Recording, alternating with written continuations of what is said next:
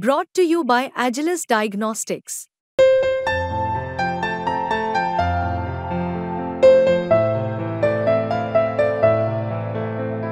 Agilus Diagnostics. Jarange जरी असले पण त्यांनी त्यांचं तोंड आवरावं. ते मनोज जरांगे कोण असेल त्यांनी फक्त एक छानपैकी अभ्यास करावा, पुस्तकं वाचावी. तुमच्या पोटात का दुखलं, खरा मुद्दा तर इथून सुरू होतो.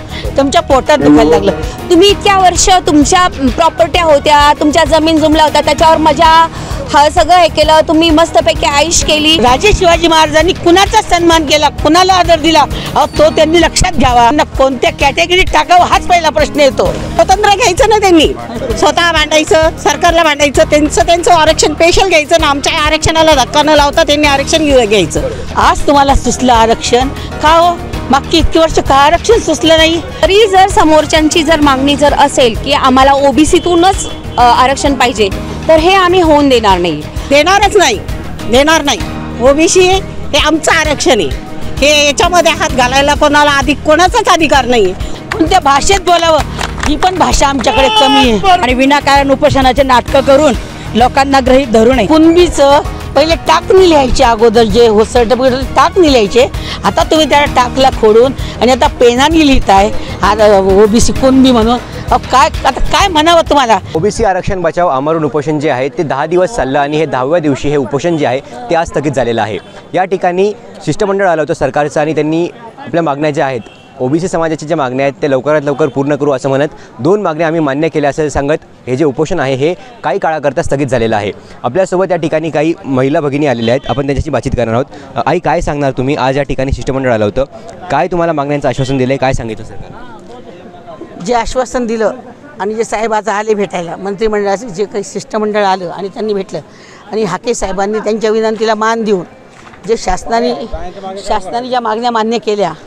आता तुम्हाला माहिती शासन आहे, मागण्या मान्य म्हणतं, दाखवतं पूर्वेला करतं पश्चिमेला, ही शासनाची भूमिका आहे.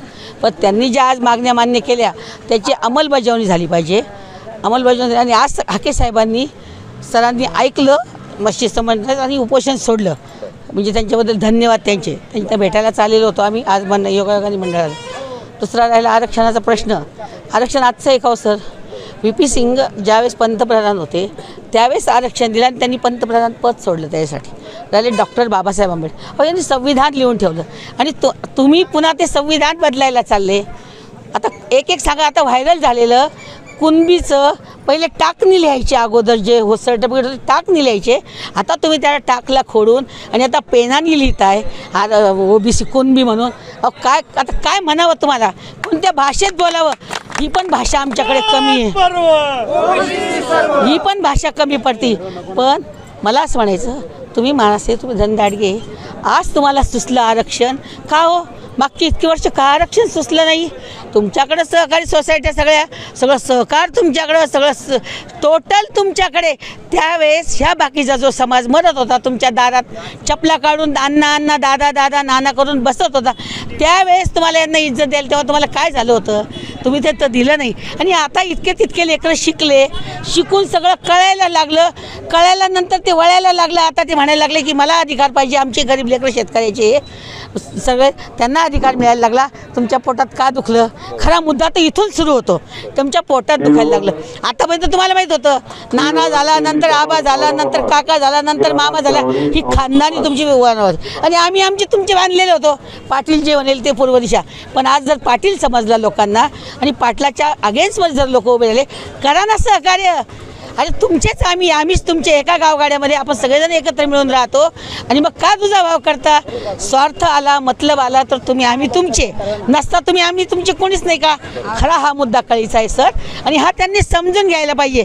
आणि जरांगे जरी असले पण त्यांनी त्यांचं तोंड आवरावं.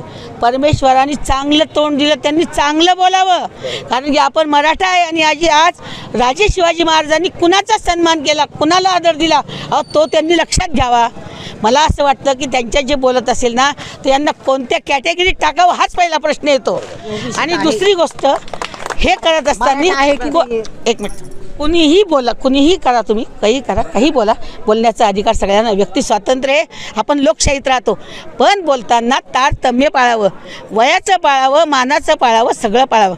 बोला असं म्हणत नाही मी त्यांना, बोला तुम्ही, पण व्यवस्थित बोला, चांगलं बोला, हे मला म्हणायचं आहे. आणि आरक्षणाचं पर्याय सर, जर गदा आली जीवावर, ओबीसी हा थंड प्राणी आहे, लक्षात घ्या. कोणताही कार्यक्रम ओबीसीचा होईल तिथे दांगडं होणार नाही, तिथे कोणाला काही करणार नाही, की आदेशच तसे सगळ्या याचे ओबीसी लोकांचे सर.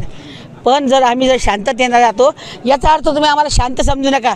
आमचा कसा प्राणी हे झोपलेला आहे, पण तो खोटारडा झोपलेला आहे. खरं काकूंची भूमिका बरोबर आहे. ताई, काय वाटतं तुम्हाला? ओबीसी समाज हा शांत आहे, पण एकदा जर पेटून उठला तर कोणालाच आवरणार नाही. आणि आमचा समाज, ओबीसी समाज मराठा समाजापेक्षा जास्त आहे. त्यांनी म्हणायचं नाही एक मराठा लाख मराठा, मराठा समाजापेक्षा ओबीसी समाज जास्त आहे. मनोज जरांगे पाटलांची मागणी आहे की आम्हाला ओबीसीतून आरक्षण हवं, याबद्दल काय वाटतं? नाही, देणारच नाही, देणार नाही.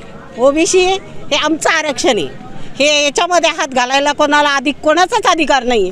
ओबीसी म्हणजे हे आम्हाला पहिल्यापासून मिळालेलं आरक्षण आहे, याच्यातून घ्यायचं नाही, स्वतंत्र घ्यायचं नाही. त्यांनी स्वतः मांडायचं, सरकारला मांडायचं, त्यांचं आरक्षण स्पेशल घ्यायचं ना. आमच्या आरक्षणाला धक्का न लावता त्यांनी आरक्षण घ्यायचं. काय वाटतं तुम्हाला? तुम्ही कुठून आलेले आहेत? आज या ठिकाणी सरकारचं शिष्टमंडळ आलं होतं, काय नेमकी चर्चा झाली, कुठल्या मागण्या पूर्ण झालेल्या आहेत? मी मुक्ताई महिला माळी विचार मंच म्हणून आमचा संभाजीनगरमध्ये जवळजवळ 15 वर्ष आमचा ग्रुप चालतो आहे आणि आमचं विचारमंच आहे. आणि आम्ही ओबीसी समाजाचं असल्यामुळे आम्ही ओबीसीला पाठिंबा देण्यासाठी लक्ष्मण हाके साहेबांना आम्ही पाठिंबा देण्यासाठी इथे आलेलो होतो. पण आज शिष्टमंडळ आलेलं होतं, त्यानुसार हाके साहेबांनी त्यांचे विचार काही असतील, त्यांना जे काही डिस्कशन झालं ते विचार ऐकले आणि त्यांनी आज उपोषण सोडण्याचं तात्काळ म्हणजे पूर्णपणे नाही, स्थगित काही काळासाठी स्थगित केलेलं आहे. पण आमचं एवढंच म्हणणं आहे की ओबीसी आरक्षण हे संविधानात मांडलेलं होतं आणि तसं आत्ता एक 4-5 दिवसापूर्वी मंत्रिमंडळ जे शिंदे साहेबांचं मंत्रिमंडळ आहे त्यांनी पण सांगितलं असं आरक्षण देता येत नाही आहे. तरी जर समोरच्यांची जर मागणी जर असेल की आम्हाला ओबीसीतूनच आरक्षण पाहिजे तर हे आम्ही होऊन देणार नाही. आमचं म्हणणं आहे की तुम्हाला आरक्षण पाहिजे ना, तुम्ही तुमचं घ्या, आम्हाला काही म्हणणं नाही आहे. तुम्ही इतक्या वर्ष तुमच्या प्रॉपर्ट्या होत्या, तुमच्या जमीन जुमल्या होत्या, त्याच्यावर मजा सगळं हे केलं, तुम्ही मस्तपैकी आईश केली. आमच्या घेतलं नाही, तुमच्या बायका हे घालून काय म्हणतात, तुमच्या बायका पदर घेऊन घरामध्ये राहिल्या. पण आज आम्ही सर्वसामान्य ओबीसी महिलांना आम्हाला कामासाठी बाहेर पडावं लागलं, आमचं प्रपंच करण्यासाठी आम्हाला प्रत्येक काम करावं लागलं. आम्हाला कधी कधी ह्या लोकांच्या घरामध्ये जाऊन कामं करावे लागले. इतका आमचा गरीब समाज आहे. आणि आत्तापर्यंत तुम्हाला आज आरक्षण मिळून किती वर्ष झालेलं आहे, तोपर्यंत हे सगळं झोपलेले होते का? तेव्हाच त्यांनी का नाही मागणी केली? तोपर्यंत मराठा समाजाचं म्हणजे मला आज हे करायचं नाही आहे, पण तोपर्यंत मराठा समाज का जागा झाला नाही? आणि आज आमचे मुलं काहीतरी शिकतायत, आत्ताशी आमचे मुलं कुठेतरी काहीतरी पायावर उभे राहायला लागलेत, आत्ताशी आमच्याकडे कुठेतरी शिक्षण संस्था घ्यायच्यात असं आमच्या डोक्यात यायला लागलं. शिक्षणाने आमच्या सगळ्या भगिनी शिक्षित होत आहेत. आत्ता जर आम्ही जर म्हणतोय की आज आमची पण शिक्षण संस्था पाहिजे, आमचे पण कॉलेजेस पाहिजे, आमचं पण हे पाहिजे, तर तुम्ही आज आम्हाला आडवं येतात आणि आमच्यामधूनच आरक्षण मागता, हे चुकीचं आहे. मात्र सरकार म्हणतंय की ओबीसी आरक्षणाला बिलकुल धक्का लागणार नाही. हे आरक्षण आम्हाला मान्य आहे. सरकारांनी जे म्हणजे जे आरक्षण देतील ओबीसीतून न देता त्यांनी त्यांचं देऊ द्या, आम्हाला काही हरकत नाही. कारण की आमचं ते थोडंच आमच्या घरातून चाललंय का? आम्हाला त्याचं काही म्हणणं नाही. जो सरकारचा नियम असेल, जो संविधानात नियम असेल तो चालू द्या. संविधान मोडण्याचा अधिकार कुणालाही नाही आहे. संविधानाचा एकही कायदा कुणीही रद्द करू शकत नाही. जे संविधानात आहे तेच तुम्ही धरून मुद्देसूद बोला, त्याच मागण्या ठेवा. त्या ज्या मागण्या असतील संविधानाला धरून त्या आम्हाला पण मान्य राहणार आहेत, एवढंच मला म्हणायचं आहे. काय सांगणार? मनोज जरांगे पाटलांनी सांगितलेलं आहे की आम्हाला ओबीसीतून आरक्षण पाहिजे आणि जर मिळालं नाही तर आम्ही विधानसभेची तयारी करू आणि जे 288 विधानसभा मतदारसंघ आहे आम्ही तिथे आमचे उमेदवार उतरवू.